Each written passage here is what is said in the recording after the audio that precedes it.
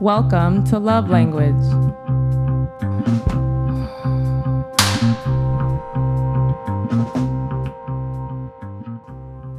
In this episode, we will be covering how the concept of death may affect those positively or negatively, reconciling with those while alive, seeing light in the darkness, how empaths are able to pick up on and change the energy in a room, deep music and how it provokes emotion and promotes healing. All right, you guys, welcome back to Love Language. I am your host, Soul Bloom, SOLBLOOM_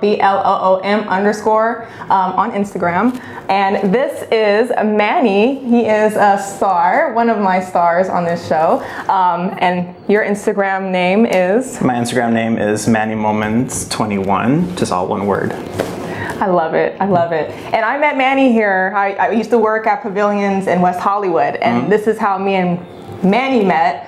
Barista, right? Yeah, I was a barista at Starbucks inside the Pavilions. Yeah, and like we hit it off.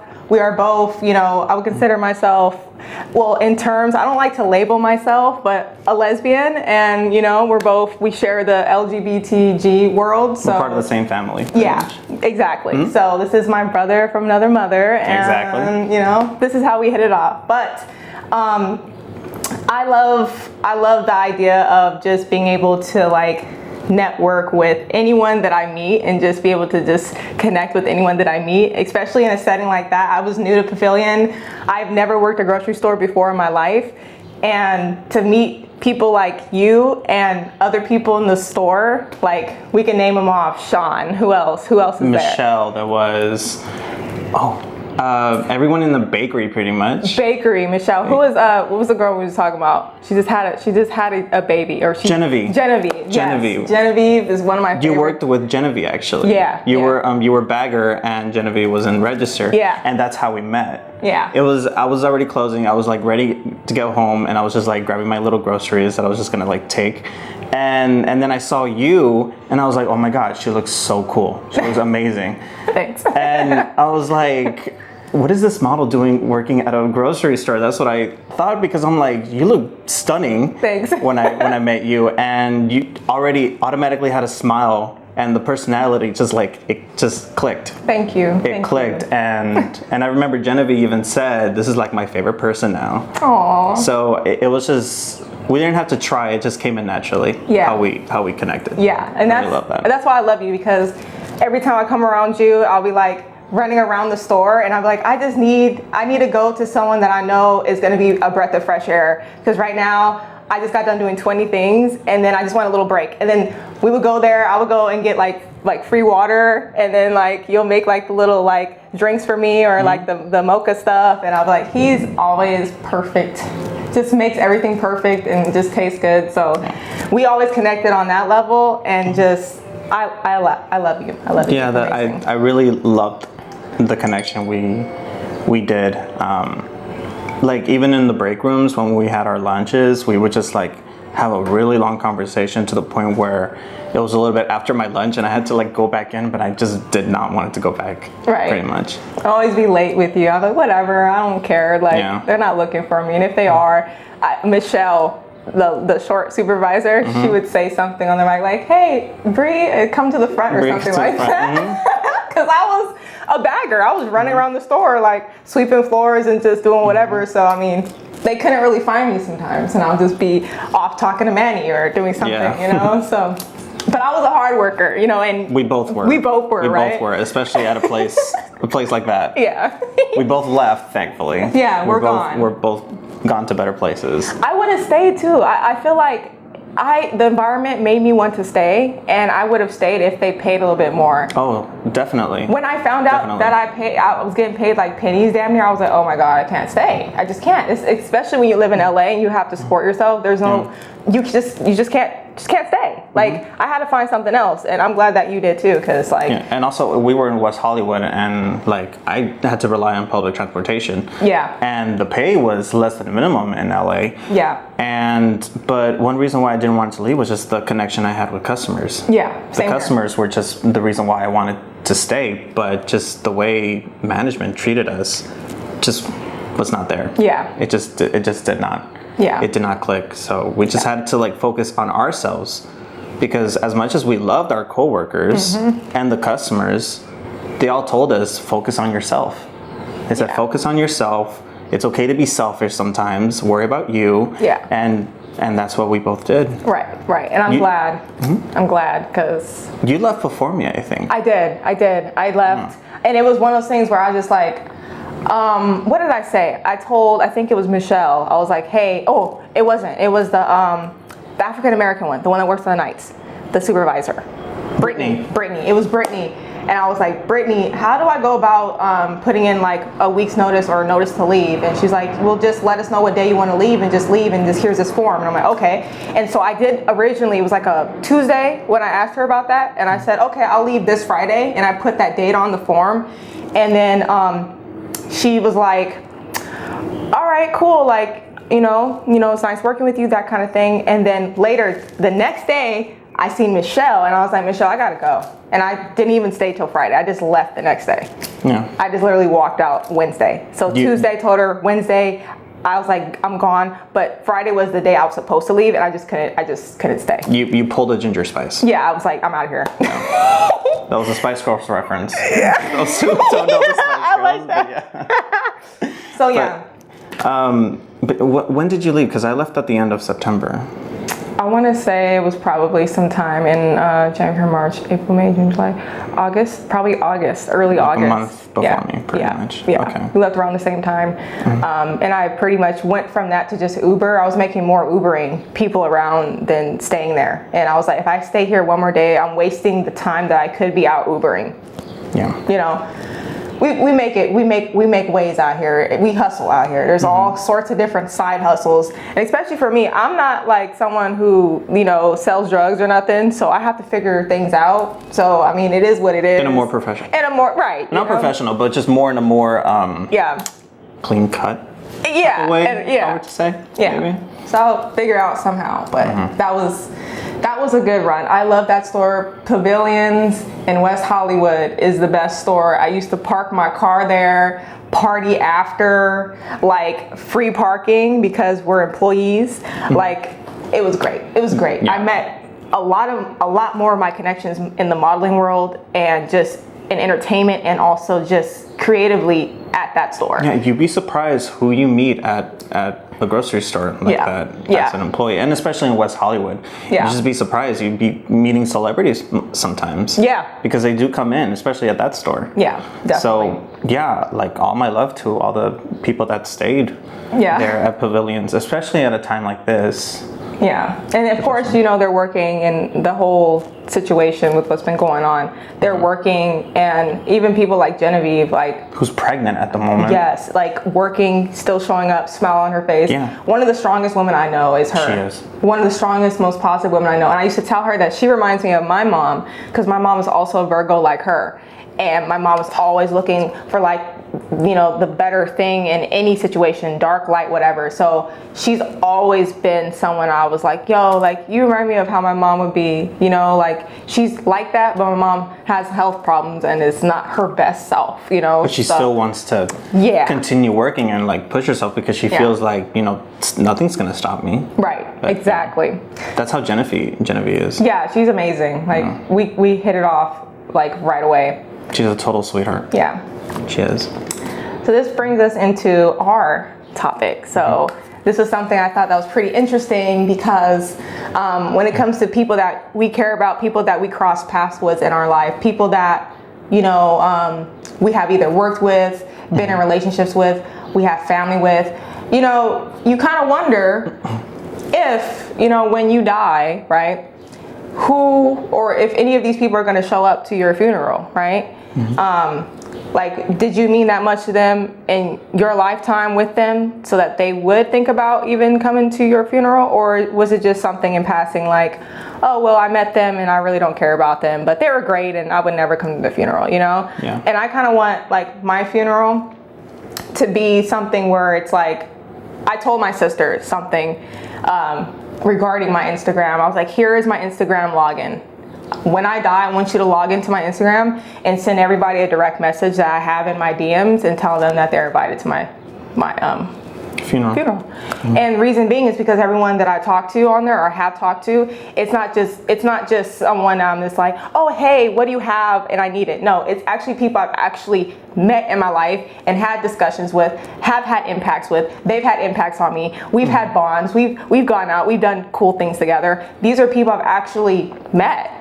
And I would love for them to like know, like, yo, like, I care about you. Even though I can't see you every day or talk to you every day, this is something that I feel I wanted my sister to do when I die. I want her to hit everyone up, like, hey, like, she's gone, like, you guys are interested. And I told her that's one of my wishes when I die. But our topic is basically that. Yeah. Who do we know or think will be at our funeral? Or who do you know will be at your funeral? Who do you think will be at your funeral? Also the concept of death itself, pretty much. Yeah. And how it impacts you. How do you feel about death itself, and just how when you get to that point, how will it feel, pretty much? Right. And how do you feel like when it comes to the idea of death? Do you fear death, or is that something that you're like, okay, if I die, it is what it is, or are you accepting of it? Some people fear death. Some people are afraid of it. You know, some people are like, oh, I couldn't do this or that to put myself in a situation where I die. Yeah. But then there are other people, like for me, for example, I just don't care. I just don't care when it's my time to die. It's my time to die. I can't control it. It is what it is. I could do things in my life to try to stop death and live as safely as possible. But also, again, I'm gonna live my life to the fullest. Mm-hmm. And if I die living my life to the fullest, then I die. Yeah. You know, so how do you feel about death yourself? I feel with death, the whole concept of death for me is constantly changing. It's also constantly evolving with me. Like when I first heard of concept of death when I was a kid, it terrified me. Yeah. It terrified me because I would wake up, like just imagine a 10-year-old kid just waking up and then going back to sleep like at night. You know, that's life, you know. And then when you first hear about death and you grab the concept of it, knowing that one day you will not wake up, life will just end. That terrified me because I'm like, it's just gonna be an empty void that I will just not wake up, see the sun, see the sky, see the birds, see the trees. It terrified me when I was a kid because I just didn't fully grasp the full idea of what death is. Mm-hmm. And then in my teenage life, I was pretty much afraid of how I will die. I was like, how will I die? Will I die at old age? Will I die of illness? Will I die when I'm young, like when I'm 23? Or like when I was like 17, I'm like, oh, I don't think I'm gonna make it to 21. I don't think I'm gonna make it to 25. I don't see myself living after 30. And that's what I was like getting when I was a teenager. Now, like 3 years ago, I've had a very change of heart of how I feel about death. Mm-hmm. And it had to deal with the death of my grandmother. She passed away in January 2017, and rest in peace. Mm-hmm. Rest in peace, Grandma. Aww. And I witnessed it because she passed away peacefully, thankfully, in my house, in her room, because that's how she wanted to go. Mm-hmm. She wanted to go peacefully, and we thankfully had that advantage of that happening. Mm-hmm. And it was more like of an acceptance of death. When death does happen, I will greet it, because I feel like I'm not afraid anymore, because the relationship that I had with my grandma was very, very strong, I would say. Mm-hmm. And because I lived with her my entire life, so it was just her and I. And so I feel like with death, I'm not so much afraid because I know she'll be there waiting for me. Mm. So it's more like greeting death as a friend in a way. Yeah. So I'm not so much afraid of death. I love that. I love that. And that's a positive way to view death, and especially with your experience with your grandma and just going through that. Some people, and I know a lot of people who have had grandmas, aunts, moms, dads who have passed and never fully, I would say, faced that, and they allowed that to affect them, and they just thought all sorts of negative stuff about death, like, oh, why'd you have to take my grandma? Why'd you have to take my mom? Like, and then they allow their life to get really messed up because of that, instead of just facing death as for what it is. Like, this person's in a different place now, better place.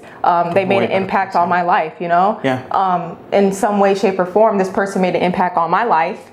So why am I going to sit here and beat myself up about the passing of this person, knowing that we all have to pass someday? And why not pass in a way where you feel like you did something, you lived the best life you could, you treated people the best way you could.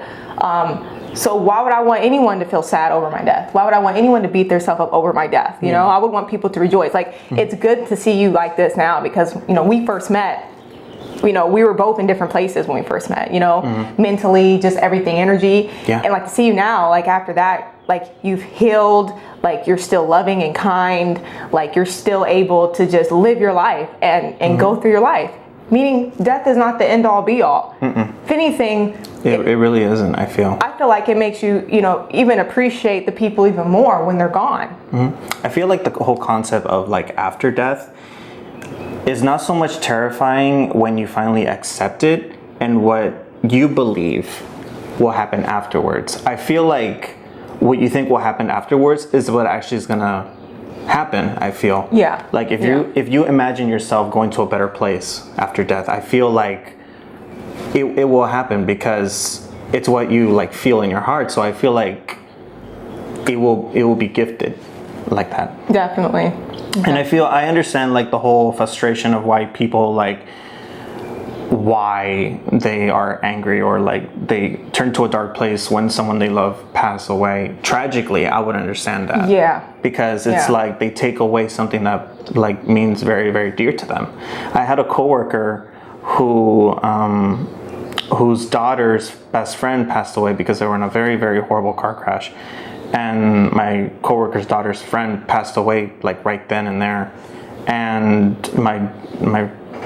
she was heartbroken pretty much. Yeah. So I would understand like, you know, questioning why. Yeah. You know? Yeah. Like, why take someone, a human being like who loves life. Yes. And doesn't take life for granted. We all know these people. It could be our friend. It could be someone that we know that loves life and is actually doesn't take life for granted, and boom, like they're gone. They're gone. You know, I would understand that. Like, why take the good people away, and we're left with people that should have died. People for real though. Yeah, people that don't take life for granted. You know, you know, we see these people every day, you know, just like these horrible, horrible people, and like we just question it. But a good friend of mine gave me a really good explanation to that, and I feel, and I wouldn't know how to say it, but I feel like the good people are not meant for this world sometimes, because I like this. Because I feel like how should I say this? People are afraid of hell, and people say like, "Oh, you're go to hell," and this and that. I love Earth. I love nature. I love everything about what we're given, because I feel people just take advantage of our Earth. Yes. But I feel Earth has become hell in some sort of way. Yes. I feel like we're living in hell because of just everything that's happening in the world today, you know? Yeah. You hear about death more recent, like even more now, consistently. Like everyone's just dying like flies.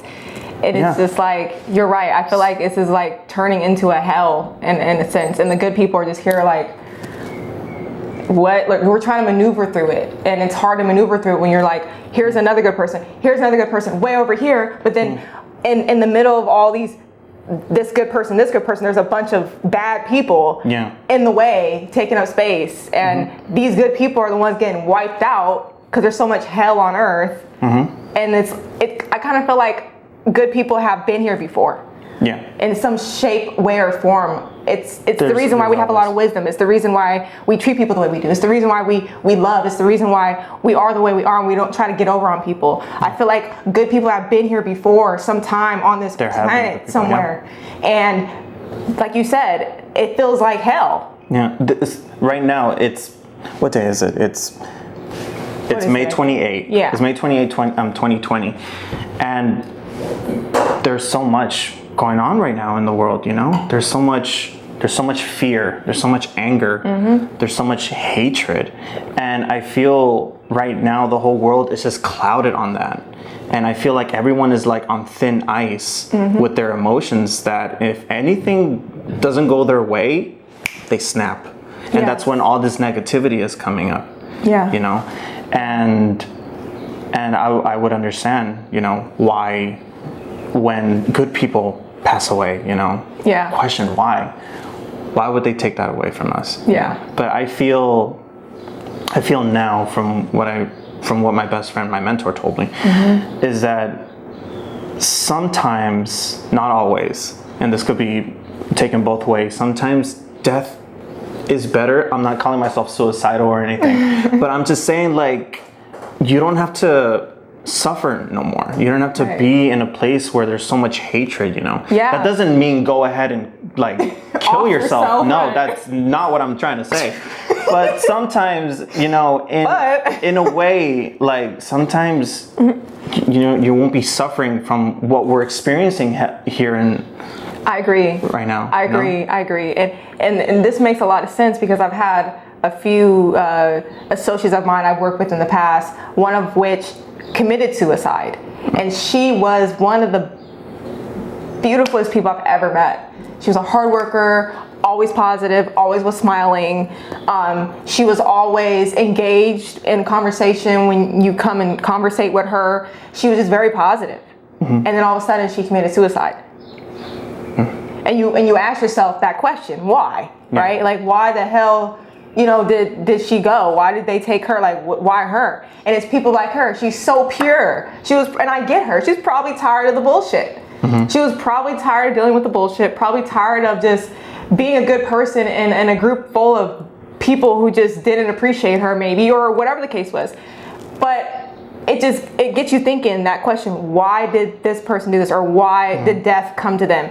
And she was a great person. So I understand the concept of like someone just being fed up and being over this world, because even sometimes I have those days where I wake up and I'm just like, I have to go out here and deal with this like today or tomorrow. But there's days I wake up and I'm like, it's gonna be a good day today, you know? But there's days where I'm like, I would rather not be here. I'd rather be in a whole different country than to deal with the way people are out here, you know? So I completely agree. I know suicide is never the answer for things. You know? And we always have to stop and think, even though with every negative thing in the world, there's always some positive. And I feel like the negative outruns the positive because there's so much of it that the positive is there. There's always light in everything. There's always light in our lives. But I feel like people kind of struggle to see that because we're just clouded by all the negativity that's going on. You know? Completely agree. And like, speaking of those the negative and the positive people, I would love, even if it helped change some of the negative people's perspective on life, anyone who I've ever encountered who's ever been negative in my life, whoever that may be, I would love for you to come to my funeral. I would love for those people to come to my funeral, even if it does change or has some kind of type of change in their life or some kind of impact on their life. I wouldn't mind those people coming to my funeral. Like, I want anyone who knows me or knows of me or who had some kind of love for me or appreciation of me to be at my funeral. Like, I welcome anyone to come. Same. You know? Yeah, I know for my funeral, my entire family will be there. I'm Mexican, so I have a big family. So I would want them there, you know? But For me personally, I wouldn't want to go before my mom, because my mom told me this personally, and I feel like everyone's mother will tell them that to their own child, that if you go, it will kill me. Yeah. And that's what she told me. She was like, I wouldn't want to experience that. I would want to go first. Yeah. So I wouldn't have to see my own child being, buried. Yeah, that's just not what every mother should go through. That right there for me is a dinger. I completely agree with you. Any mother, any father would definitely not want to see their children go before them. Mm-hmm. And that's where you ask yourself as a parent, did I do my job as a parent? Did I do the best I know I could have did for my child? Mm-hmm. Did I raise them the best that I could have? Or did I teach them values that they should have been taught? Like, where did I go wrong that happened or caused this? And sometimes it's not even the parent's fault that their child dies before them. It's just, it is what it is. It's fate, almost. It's fate, yeah. In a way. Or sometimes the child does go out there and do dumb stuff and gets herself wrapped up around the wrong people, around the wrong thing, and they do end up dead because of their own choices, and the parents have nothing to do with it. So it just depends on the situation. But of course, I completely, definitely agree with you. As a parent, I'm not a parent yet. I am an auntie. I do have a beautiful niece. I'm a godfather, so I have my godson. Yep. See, I love this. I love our lives. See, but I would not want to see my niece go before me. Yeah, I wouldn't. And it would kill me to see my godson go before me, or his parents. Because they're my family too, and I wouldn't want that. Yeah, and I really don't know how I would take that. When it comes to another adult like myself, the same age or older, to take the death of that, I think it would be a little bit more easier on me to take someone's death that's the same age or older than me. But to take a child's death, I don't know how that would affect me. I think I would be a little bit more sad, and I think it would affect me in a different way. I think it would take longer for me to heal from that. Yeah. It will. Because that child just got here and it barely had a chance to live its life. So I would rather have died before that child, A child is so pure of life, so innocent. Yeah. It's the definition of innocence, pretty much, a child. So having to see one go, that just, it pulls on your heartstrings a little too much. Yeah. So. Yeah. But I would like my family to be at my funeral, and people that I've like met over the years, like some of my teachers. Oh, that's a good one. Yeah, I love that. I feel like I've touched some of my teachers' hearts. My elementary school is so close to where I live, and over the course of my time, I went back and I always visit my second grade teacher, because she left a very good impression in my heart, so I tend to go and visit her, and she's still there. Aww. Thankfully. So it will be painful to see her there, but like I feel like she impacted my life, and I'm pretty sure I've impacted her life, because I'm probably one of the only few students that goes back and see her, because she actually has, in those school photos that you would have, she has a binder of all of her class since she started. And this is why I'm like, I know I feel old, because I'm like right in the middle. Aww. And there's like so many kids that come afterwards, so I'm like, damn. I think that's so adorable. Mm-hmm. The fact that it's little tokens like that it lets you know, and the other person know, like, hey, I appreciate you. Like, I met you for this short period of time. You were my teacher, but I always come back to see you, and like we have a bond, a really dope connection, and I would love for you to be a part of my life. Like, that's so cute. Like, I had this one teacher in second grade. Her name was Mrs. Crowder.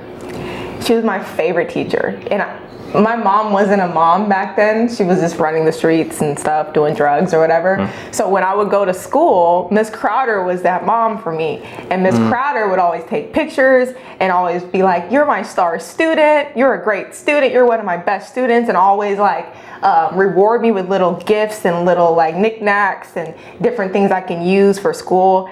And Miss Crowder was my mom. It felt like Miss Crowder was like the one giving me attention. And, Miss Crowder was was the thing, you know? So I would love going to school. I would love coming to class and like interacting with Miss Crowder. And Miss Crowder would always rant and rave to my mom on parent teacher conference days, like, your daughter is so good. My mom just be sitting there high, like, whatever. You know, I'm just like, Mom, like, you know, and I'm young. I'm like second grade. I don't know what the hell's going on, but like. She left a very good impact. She left a good impact. And an example of how, pretty much how you'll be. Yeah. Because it's those people that inspire us, be like, I kind of want to be like that, you know? Yeah. Yeah. So it's those people that we should be thankful for, you know? Yes. And those are the kind of people that I want at my funeral. Anyone like that who, no matter how big, small, old, young, whoever I've impacted, you've impacted me, I would love for you to show up at my funeral. I would love for you to be invited, not just my family. I want everyone. You guys are all my family. I feel like no matter how small or big I've known you, I want you. Come. Like, and I don't want no one to be sad. That's my thing. I don't want no one to be sad about my funeral. Yeah, me too. I want you guys to rejoice, and I want you guys to just know, okay, this was Bree, you know, AKA Soul. For those who know me as Bree, you guys know what it is. But I want everyone to know, like, you know, this was Bree. Like, every time I was around her, she didn't make me feel sad. She didn't make me feel depressed, or she didn't leave this negative impact on me. She was always this upbeat, happy person, vibrant person. You know, I didn't get bad vibes from her. So what makes you think I would want, you know, to people that come to my funeral and just cry? I mean, of course, they'd probably be like, damn, yo, we're never gonna have like, or be around no one like that. Or they might have people that are similar to me, which is fine. The feeling is natural, you know. The feeling of sadness is just there because I feel like the people that truly loved us and the people that we truly loved is like, oh, they're gone. Right. We won't see them again physically, you know, in this world, in this timeline. Right. You know? And, you know, I understand that, you know. And I would want also my teacher there, Miss Escobar, that's her name, from 10th Street Elementary School. She's like very, very close from here. Aww. And also like our childhood friends. I have a lot of childhood friends that I grew up with, that I still have, that I'm still friends to this day. And, you know, as painful as it will be to see them there, you know, I feel like it just automatically they will be there. Yeah. You know, but I wouldn't want, me personally, I wouldn't want it to be a sad funeral. Yeah. Because I feel like I went peacefully, knowing that I pretty much have my foundation of how I accept death, pretty much. Yeah. And like, I wouldn't want it to be a sad funeral. I want it to be like, you know, a celebration in a way where I live my life to the fullest. I feel like I have in the 26, almost 27 years of living. I've gone to, and I travel the world. Not travel the world exactly, but just within the U.S. That's all I can afford in my budget. But you know, I've traveled. I've seen what a beautiful planet we have if we, because I've been going to national parks, and that's when you truly get to see the beauty of what we truly have. And I feel like people need to go, like to Death Valley, Yosemite, like Joshua Tree or Sequoia, just like these beautiful places in nature that we have. And, you know, I'm thankful for that. And that's why I'm all like, I really appreciate the world that we live in because of just beautiful nature that we have. Yeah. You know, and like when I die, I wouldn't feel so bad because I'm like, I feel like I'm leaving this life accomplished. Yeah. Because I did a lot that maybe some people aren't, you know, fortunate to have. So I'm really pretty much thankful for it, you know? Yeah, I agree. And that's why my heart, when it comes to this death matter, is so at peace because of the same thing. Like, I didn't come from a family where we took trips every summer, where we, you know, our biggest exclamation point was McDonald's. That was, oh, Dad's taking us to McDonald's today. That was like the exclamation factor of our week. You know, I didn't come from a rich family or a family where we did things together even. So when I was old enough to go out on my own and explore the world, I explored the world. Yeah. You know, and I've gone to different states in America, but I have my passport and I want to venture out into different countries now, you know? Canada is beautiful. Oh my gosh. I've been to I have Canada, friends there. thankfully, and Yeah. Toronto is such a beautiful. You get to experience so much about like different cultures and everything. Yeah. Just like when you just go out from your norm, pretty much, and you get to experience that. Yeah. You know, I feel like that's a gift. It really is. That we have. It's something that can hardly be explained. Going to these different places and experiencing just the vibe and the beauty of it all, and then coming back to like your normal box life and being like, life isn't so bad, and if I die, oh well. Because I've seen a lot, I've experienced a lot. Yeah. You get to keep those when you die. Right. It just feels, I feel whole because I was able to live some type of life and to explore and to just learn myself and to be around other people and explore and see what they like and what they don't like and just everything. You kind of feel more at peace. Yeah, and you get to broaden your mind on just like different experiences. Yeah. That you don't have pretty much. Right. Like when you get to travel, you get to experience so much, and you get to broaden your mind and your heart because you're seeing a world that you never knew existed because you just live in just this corner in this city boundary, you know, and you get to see like a beautiful place that I've been to was Niagara Falls. We can all say Niagara Falls is very, very beautiful, but you could just stand in a corner and just watch the waterfall, and it's never ending. Yeah. So it's like your mind. Life pauses, you know, in these type of moments. Yeah. You know, and when you get to go back, when you go back to your room at night, back at home, and you close your eyes, and you get to relive that in your mind and in your heart, I feel. Yeah. I feel like it's a good way, traveling and just doing things outside of the normal that you might have been raised in or may have been taught to do. Just doing things outside of that will expand that that I would say that realm of wonder of what is death. I used to be afraid of death. Now I'm not afraid of death because I was over here in Arizona at a waterfall, diving off the side of the waterfall into the lake, doing some crazy adventurous stuff. And most people are like, I would never do that. Some people are afraid of heights, whatever it is, right? I was over here skydiving not too long ago, right? People are like, I would never do that. But I was like, at one point, I would never do that, right? Yeah. And I'm over here doing that, and I'm like, well, if I die while I'm doing it, at least I lived my life, you know? So it made me not fear anything. It just made me like going to these places, doing these fun things and going on the water and flying and just doing whatever. It just made me fearless of just death. So if I do die while I'm doing it, at least I'm having a good time while I died. You know, at least that's the last of me. But it does something to people. It does something to your heart. It opens your heart up. It does. It really does, because you're able to reflect and be like, wow, I was fortunate enough to at least do something else and get out of this. You know? I feel like that's what people should think and have this mindset. You know, I don't feel like, obviously we're scared, you know, because it's a natural feeling to be scared when that time comes. Especially now, there's been so many people, so many souls that have been lost, unfortunately, because of what's going on in the world right now. Yeah. And that is heartbreaking. It is heartbreaking for me just to see those numbers just continue to rise. Right? Yeah. Yeah, and that's when I feel people should just like not take life for granted. Exactly. In a way. Exactly. And if anything, this is the best time to go and do whatever your heart desires right now.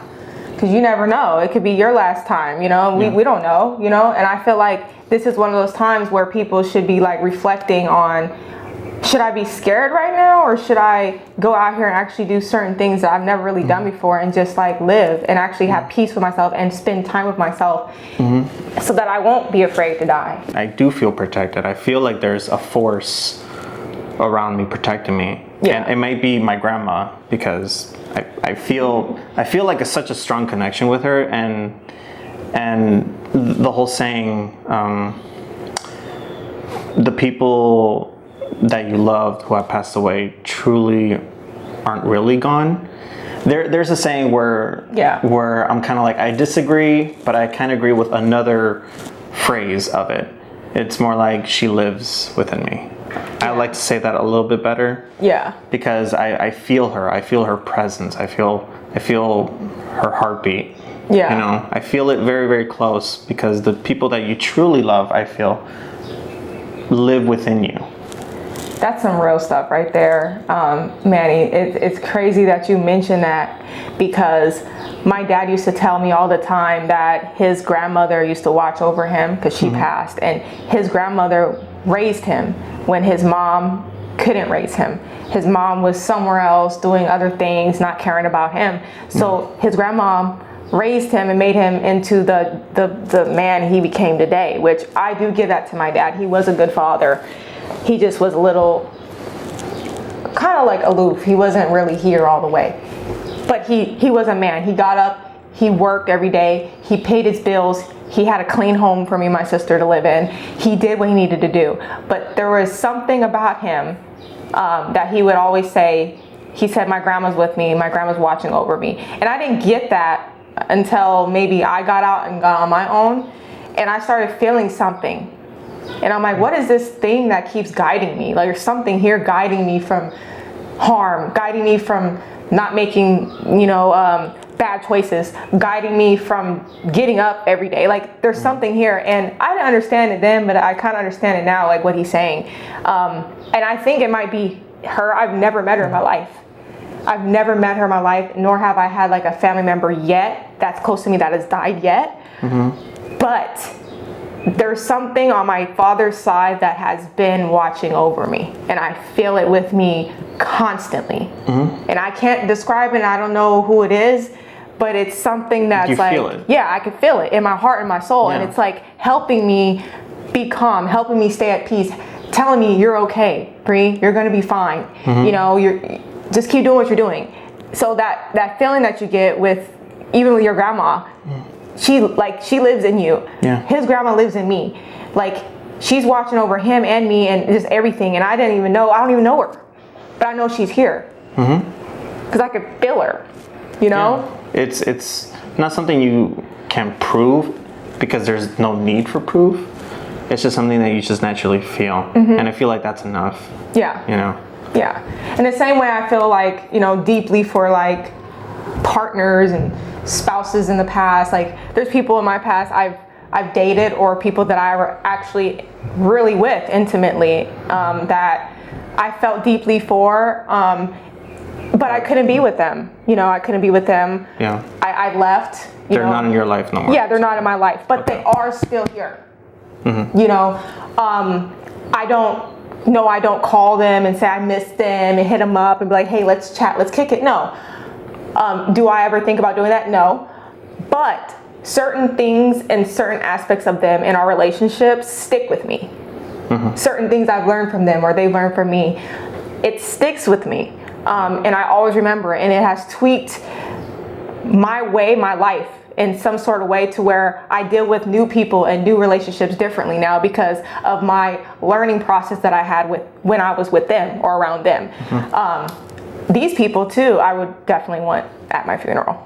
You would want? I would want them, yeah. I would definitely love for those people to be at my funeral. I mean, even if we ended off on the terms of, oh, I hate you, I don't love you, whatever, I still love you. Yeah. I still love you. For the most part, I think one of them was like that. One of them, we ended off on bad terms. But everyone else, it was like words of love and words of wisdom, and like it was like caring words, like whatever our fallout was and why we couldn't be together or not. Yeah. We came to an understanding on that. But I would love for any of the people that I have relations with to come to my funeral, because I do know that they made an impact on my life, and I've also made an impact on theirs. I have a similar type of situation. It's not relationship, but it's more like in a relationship of a best friend, someone who I grew up with. We've been like best friends, almost brothers, like since third grade, since very, very, very young, and we grew up together. And I'm a type of person who never holds grudges. That's just how I was raised. I am surprised. You're a Cancer too? Yeah. Oh my God. Thank God. Wait. What's your sign? I'm a Scorpio and a Sag, but my grandma is a Cancer, and I had a friend who was a Cancer, and they hold grudges for life. Like you're a water fire sign. Yes. I'm a Cancer Leo, so I'm a water fire sign as well. Yeah. Oh, yeah. I'm a water fire sign. Yeah. So yeah. I have tendencies of both. I have mostly the tendencies of Cancer. Okay. So I'm a very, very sensitive person. Okay. So I'm very, very loving. So like my mom taught me right and just to never hold grudges on people. And in my 27 years, I've never hold a grudge until just this one person. And I hated that it had to be this one person, someone who I saw as a brother, who unfortunately left my life on a very negative way, in a way where he didn't stab me in the back, he kind of stabbed me in the front. And it's something that I just didn't expect, because the situation we had, he never saw it, and he left thinking that we were okay. He didn't see what he did wrong. Got it. And it hit me pretty badly, you know, because it was in a state of why. So in a way, when I think of my death and if I were to pass away, it would feel very weird for me to see this person at my funeral, because in a way it's like why are you here? Why? You know? Exactly. You know, it's more like you never took the time to talk or to visit when I'm alive. Yeah. Why is it when I'm dead that you come and see me? You know? Why is it? And this brings up a whole different. There's another good quote that my mentor told me, is that people truly don't value you until you're dead.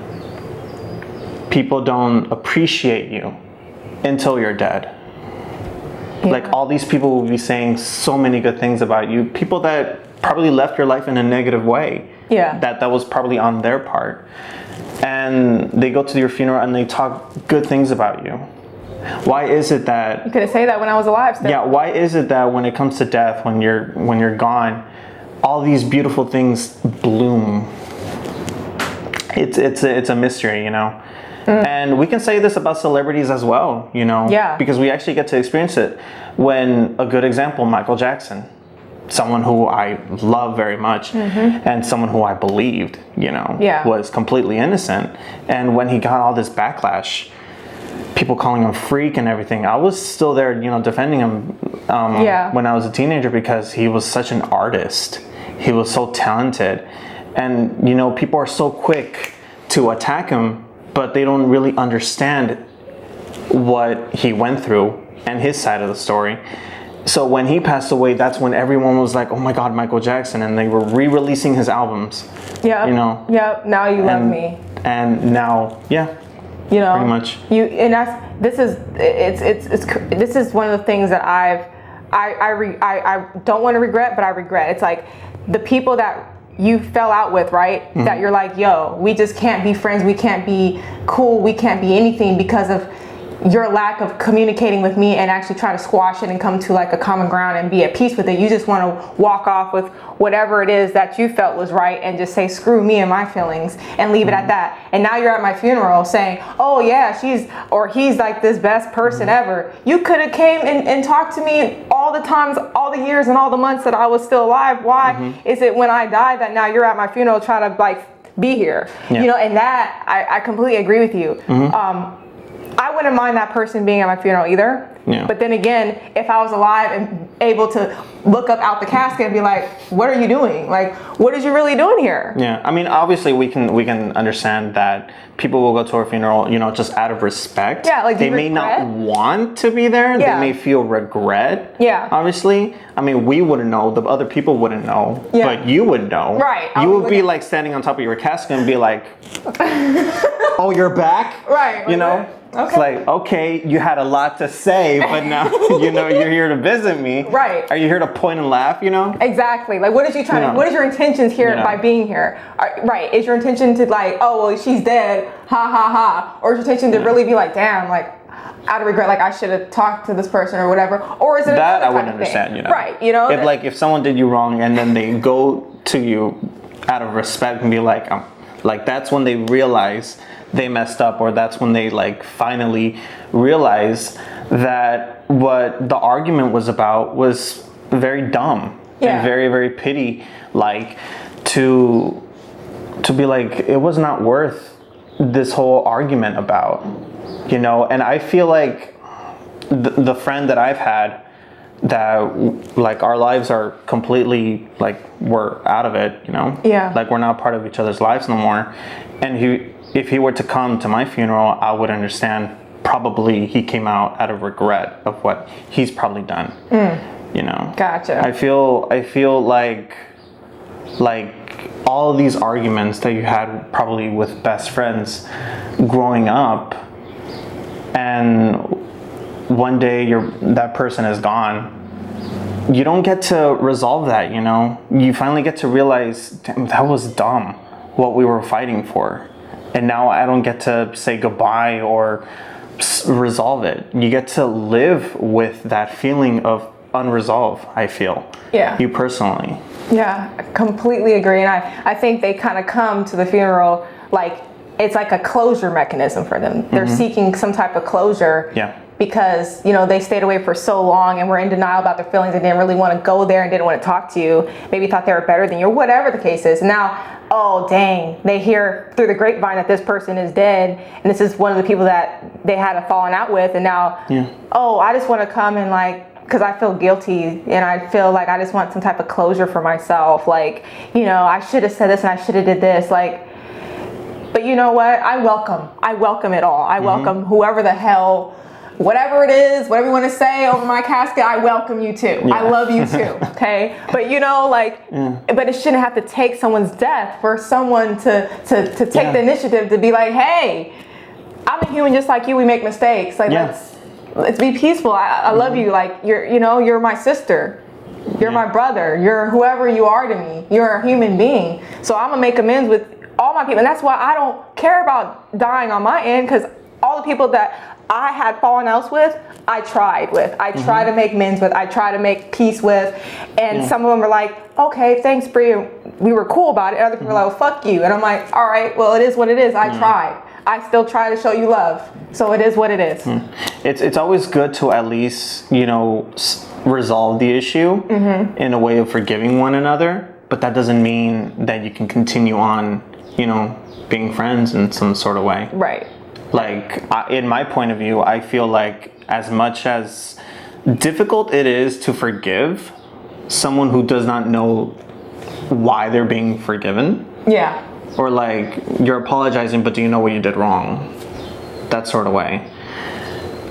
I feel like forgiving, it would be, you can forgive, but you can't forget. Right. In some sort of way. And you can forgive and your lives would continue on, but you can finally have that closure. And that's something I didn't have.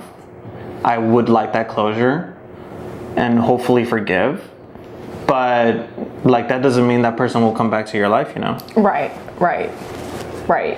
Getting that closure is, I feel like, something that we as humans all seek. Yeah. You know, some type of closure, whether it's some type of, we're going to be friends or not, or you're going to talk to me or we're not, or whatever, I'll see you in passing or not.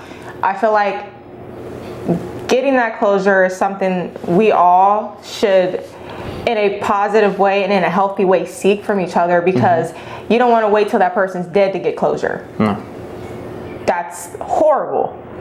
And I can see there's certain people that I've known in the past who they've had someone close to them die. Yeah.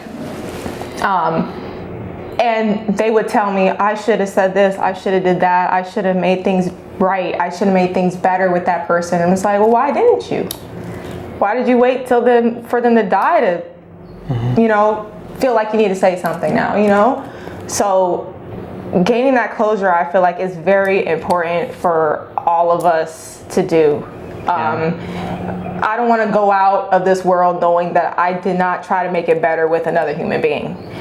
I don't want to go out of this world knowing that, oh, I don't like this person and I tried with them. Yes, I did. But, you know, as long as you know you tried, I feel like you can go out peaceful, you know, even more peaceful. Yeah. Because you know you tried, but you can't force everybody to do what you would do.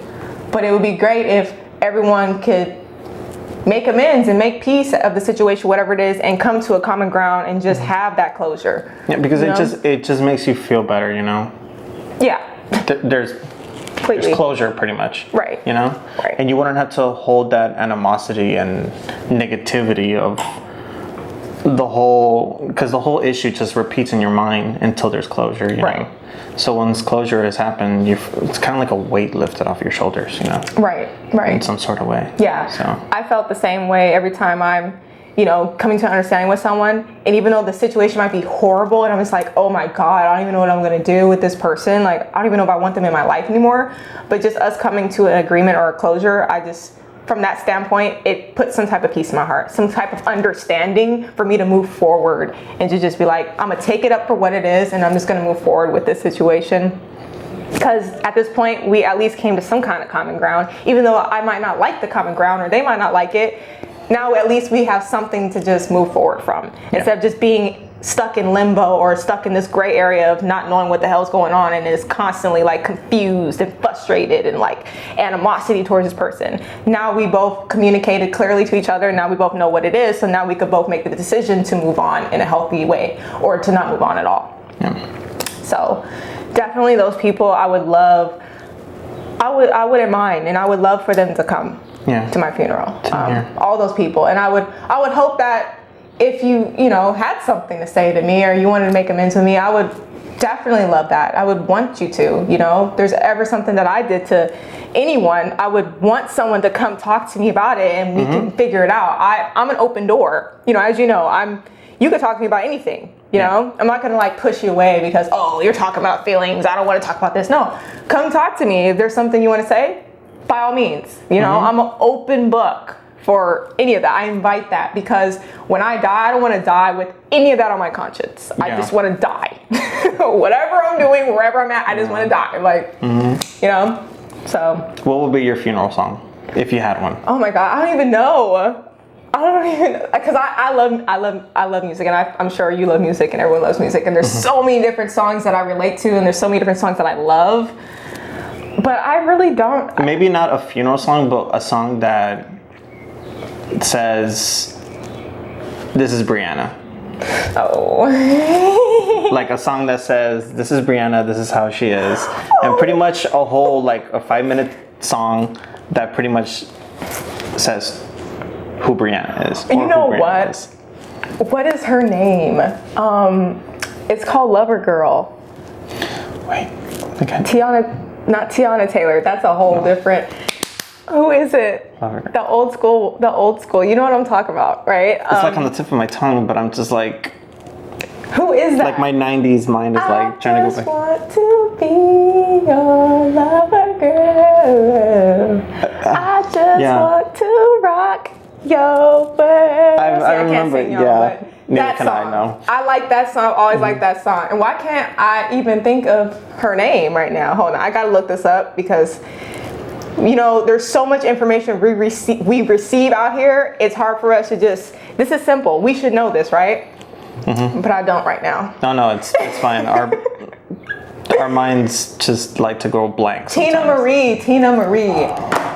I would love that because it's a happy song, and I've always been the person. I'm very loving. I'm always like showering people with affection, compliments, love. I'm always hugging people. We're water signs. It's part we of like touch. Like I like that. It's sensory. We thrive on that. Yeah. It's sensory. It's just and that has always been a song I could put on any day, any given day, and just it makes me happy, perks me up, and everyone else that's around. And it's also been a song that was me and my mother's favorite. So I share that with her, and I would love to play that. And the same for my song too. Yeah.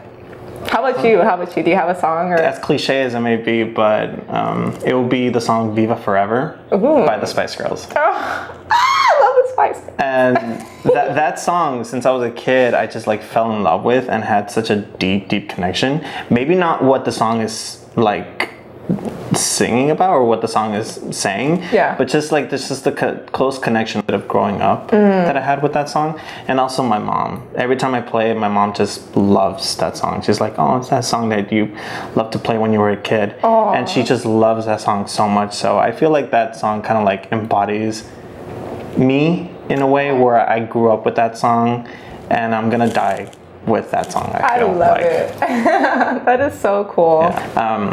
Yeah, I grew up with the Spice Girls, so that song, I feel like it's a part of me. Okay. I always tell people that my love for the Spice Girls is gonna die with me. That's how strongly I feel about the Spice Girls. I love it. I love it. So yeah, I feel like that would be a good song because it's upbeat and uplifting. I don't really know off the top of my head a sad song. Oh, mine, Feel Forever is kind of a bit of a Yeah. not really much of a sad song, but more of a growing up type of song. Okay. Yeah, at the top of my head, just any sad songs. I listen, and me being a part Scorpio, that's one of my favorite pastimes. Is Listening to sad songs. Listening to sad songs. Same for me. What is it about us water signs that we just thrive on sad songs, even if we can't relate to them? Yeah. I would be hearing a song about someone losing their love, and I've been single my entire life. Why do I relate so much to a broken up song when my ass probably never even been with someone before? But I relate so much. Right. I'll be like singing Whitney Houston's I Have Nothing. Oh no, I know. Yeah, that's the name of the song, right? Yeah, I Have Nothing. yeah. I love that song so much. Nothing. But I have no one. But I have no one. I have no all one. to That's have what I'm nothing. singing. I have no one, but I relate to that song so much because we just feel. Yeah. It's not that Yes. we don't have it. It's just something we just like. My brain just stopped. I like to feel. Yeah. Like I'm with you. I like to feel. Yeah. And it sometimes listening to those deep songs and those sad songs, it helps me feel. It motivates us. Yeah. You know, Yeah. because it's the songs that touch us. It touches here, and we express it. Yeah. And I feel that that's something that I just love about sad songs. Yeah. It's because we relate. We can relate, not exactly to the point, but we relate because we want it. Yes. And I feel like that's what that song does. Listening to, I love Lana Del Rey for that because she has a lot of, some of them are about, some like sexual stuff, but some of them are about like love and how deep she feels for a certain person or certain things and the way the beat is and how she harmonizes with it. It just has this whole like this deep, dark, depressed. She has a history. Yeah, some type of story there. Did you know Lana Del Rey is a Cancer? Makes sense. That makes sense. Lana Del Rey is a Cancer. It makes a lot of sense. So I relate in a lot of ways with just putting on her music and just listening to it. When I'm in those deep, dark, like maybe sad or chill moods where I just want to be by myself and just like hold a bear and just listen or read a book and just be by myself, I'll put her music on, even if I'm cooking or something, and just listen. And it somehow makes me feel better again, going through those emotions with her and just listening to that kind of stuff. I don't know what it is about sad songs or deep songs or love songs, but it's always been a favorite pastime of mine. Yeah. Putting it on, and then for some reason I feel refreshed again after, and like I don't know what it is. I just listen to a whole bunch of sad shit. It fuels us in some sort of way. It's weird. It's hard to explain, right? Yeah. But you get me, because like Scorpio is a scorpion, and a Cancer is a crab. So it's like in a way we have similar tendencies, and we're both water signs, so we're very deep with stuff. And when we come at people with our love, sometimes it's overbearing. It's a little bit over intense because we have so much of it. Right. That some signs they kind of like, whoa, that's a little too much. Right. Yeah. It's like a wave. You know, when a wave just crashes against you and you're out there trying to swim on the beach and you get wiped away, it's like that. You don't know what to do. Like, it could be a little bit over the top for some people, and they just don't get it. And it's like, oh, you love too hard, or you're just too much. No, I just love. I really do love. Yeah, we love to love. We love because we love loving. Like that's how we are. So we could say the same for Pisces, since there's also water signs. Yeah. I have a few Pisces friends that are the same way. They're very sweet, very kind. They love to love, and they'll tell you anything that you need to hear to help you feel better about yourself. And they'll try to, if they see you in a bad mood, they can see it. They're like empaths. They're like, we're complete empaths. Yeah. Me, myself, I'm 100% empath. Yeah, same here. I feel too much this is why I can't be around hospitals so much, because when I see someone in pain, I feel it. It's almost kind of like a metal sharp pain throughout my entire body. It just like eradicates out. Yeah. And it's like I feel it so strongly. when someone is in pain or someone is unhappy, or it even happens to myself as well. When I'm happy, I feel like I kind of like I express it out, you know. Yeah. Like when I'm happy, other people tend to feel happy because I'm feeling happy. Yeah. And like my mood, I feel kind of changes the environment. If I'm feeling sad or something's bugging me, people feel that. Yes. I feel the same like way. as much as we take the empathy, we spell it out as well. Yeah. Like we give that out as well. Yeah. And same with me. I have a few. There's a friend of mine that used to always be like depressed and like in a negative like mood, and I'm like, I can feel that pick up on you. And as much as she doesn't want to talk about how she's feeling, I'm the person who's like, but you are feeling this. I want you to talk to me. What's the matter? Like, tell me so I can help you feel better. Our intuition. Because I could feel it. I could just feel something's wrong, and I can sense it. I'm an empath, and I'm picking up on that negative energy, and I don't like that negative energy. So I'm gonna do everything I can to help you feel better and make it into a positive. Yeah, that's just the way we are. We're very caring. If someone that we care about is feeling negative, we do our best, you know, to comfort them, to understand their situation. Yeah. And to just to make them feel better, because I just feel like that's just the type of person I am. Yeah. Like I don't like seeing people like sad, you know. Yeah. And there's some times where I feel like it was reciprocated sometimes. Some of these other signs do not do what we do in a sense. Whereas we give out all this love, we're showering you with affection, we're showering you with stuff to upbuild you and motivate you. And like sometimes I just want that done to me sometimes. And especially from someone I really love, I'm just like, yo, I don't even feel like they're even doing anything that I'm doing to them, and I'm exerting all this energy for them, and they're not giving me any of this energy back. It's like a one-way street, pretty much. Yeah. You're giving so much, but you just never get it in return. Yeah, I feel like painful. People don't ever understand us. I kind of feel like misunderstood all the time because I put all this energy into you, but you're not putting this energy into me because you don't love the way I love. You don't love on the deep scale that I love.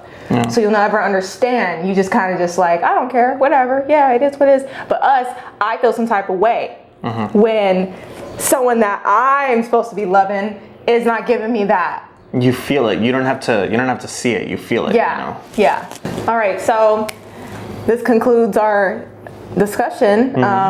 So love language, who we think or know would be at our funeral. For those of you that I've crossed paths with who may have loved me, judged me, not have loved me, may have had good times with me, I made an impact on, or you made an impact on my life, I would love for you to be at my funeral. I welcome anyone with love, passion, genuine affection towards me or them in my life to come to my funeral. I wish I could see who would come to my funeral, but I'll be dead, so I really can't see. But if there's I feel like a part of us will be there. Yeah. Just to say like goodbye. I feel you never know what really happens when we cross over. Yeah. If we could come down and visit. Yeah. Every once in a while, you know. Yeah, I think that'll be interesting to see, like when we actually do die, like if we're able to be like, okay, here I am standing outside of my body and I can see everyone right now, but they don't know that I can see them. You know, that'd be so cool. But like, I would hope that it would be some type of experience like that for me. Like, I think that would be cool. But yeah, so matters of the heart.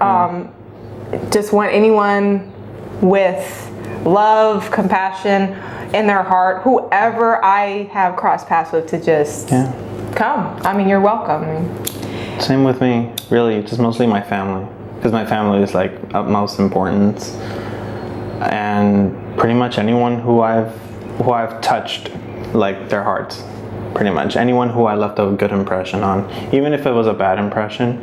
Just like anyone who I left thinking about, like, oh, I remember him. He was a good person. Like, just miss me and smile, pretty much. Yeah. And hopefully my time in their life meant something, you know? Yeah. And left something with them. So the quote is, "Do not pity the dead, Harry. Pity the living. And above all, those who live without love. So I feel like that's a very, very good quote on like the whole concept of death. Yeah, I love just it. embracing it pretty much. Yeah. So I really love that. And embrace it. If you can embrace the idea and the concept of death, do your best to embrace it, because at the end of the day, we all know what's going to happen to us. So the sooner you face it, the better. And then that means you can just continue living your life and just doing what you need to do and doing all the things that your heart desires to do, because you know one day you're going to die. So why not go out making an impact? Why not go out doing the things that you love to do? Why not go out, connecting with those people that you love in your life and doing nice things and good things with those people and just having good times? Like, why not go out like that? Yeah, I feel like live your life as if it was your last, and live it to like the fullest, because we take life for granted and it could be taken away within a second, really. So that's how I feel, really. I love every day as if it was the last, pretty much. And I love everybody that has like crossed my path in life. Like, I just love everybody. Yeah, no matter how good or bad, like I might be annoyed that I even met this person, but eventually as time goes on, I'm like, you know what? There are a few things that I like about that person, and I can appreciate that person for that. Yeah. And leave it at that. We appreciate what we had. Yeah. We appreciate what we had, and we appreciate our time with a past friend that aren't in our lives no more. Right. And we can appreciate it. We can move on from it. And that's how pretty much life pretty much goes. Definitely. Definitely. So this is love language. Again, my Instagram is SOLVLOOM_. Some of you guys know me as Bree. And Soul is my artist name. Soul, for those who don't know, stands for straight out of love, because everything that I do is out of love. That's how I operate, and that's how I move. I do not move out of jealousy, hate, or envy. I move out of love. So at the end of the day, if you see me or you catch me or you say hello to me, feel free to come up to me, because you're going to get love vibes from me. And that's the reason why I chose that name as my artist name. Me and that name actually go way back to middle school. I just never used it until the right time came. So I love that. Thank you. And I really love that. Manny, yours, Instagram? My Instagram and even my TikTok. Yes. I just have 2 videos. It's nothing big deal. It's Manny Moments 21. So that's MANNYMOMENTS 21. Yes. I hope I spelled that right. Your TikTok's the same, right? Okay. The TikTok is the same. Well, as a token of good faith and just you being a part of my podcast, and I just want to give you these. These are handmade incense, organic therapeutic scents. I love that. Sample size. This is Captivate. So Captivate. Each of these I named, labeled, and created on my own, and I'm giving this to you as a token of good faith for your participation in my vision. Oh, thank you. I really appreciate that. So please enjoy. Again, this is all, love language stuff. I love to burn incense. My dad used to burn incense growing up, and it was a mechanism for him to relax, unwind, and that kind of thing. So I feel like this is something that, you and everyone else deserve. Things that we can use to relax. I love candles, and incense, always have been a fan of them. So this is for you. And thank you. No, thank you. Thank you. I really, really appreciate it. And thank you for letting me be part of your podcast. You're welcome. And your mission to express a lot more love. Thank you. Out there. Aww. So I really appreciate that. Thank you. Manny. Thank you. Yeah. That wraps this episode up.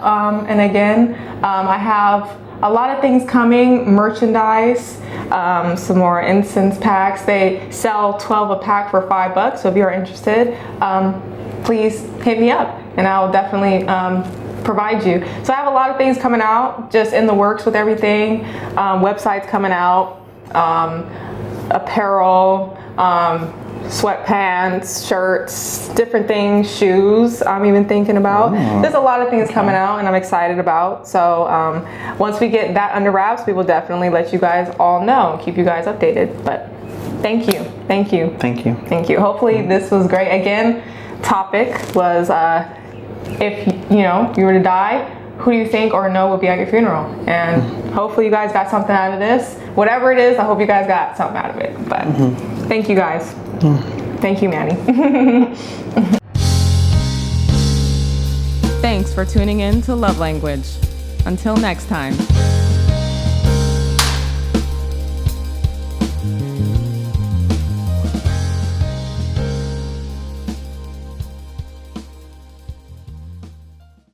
That's it. Simple. They have everything on that truck. The whole liquor store on that truck. Produce, fruit, candy, drinks. And they always park right there. I think he heard you because he's backing up and be like, I heard a customer.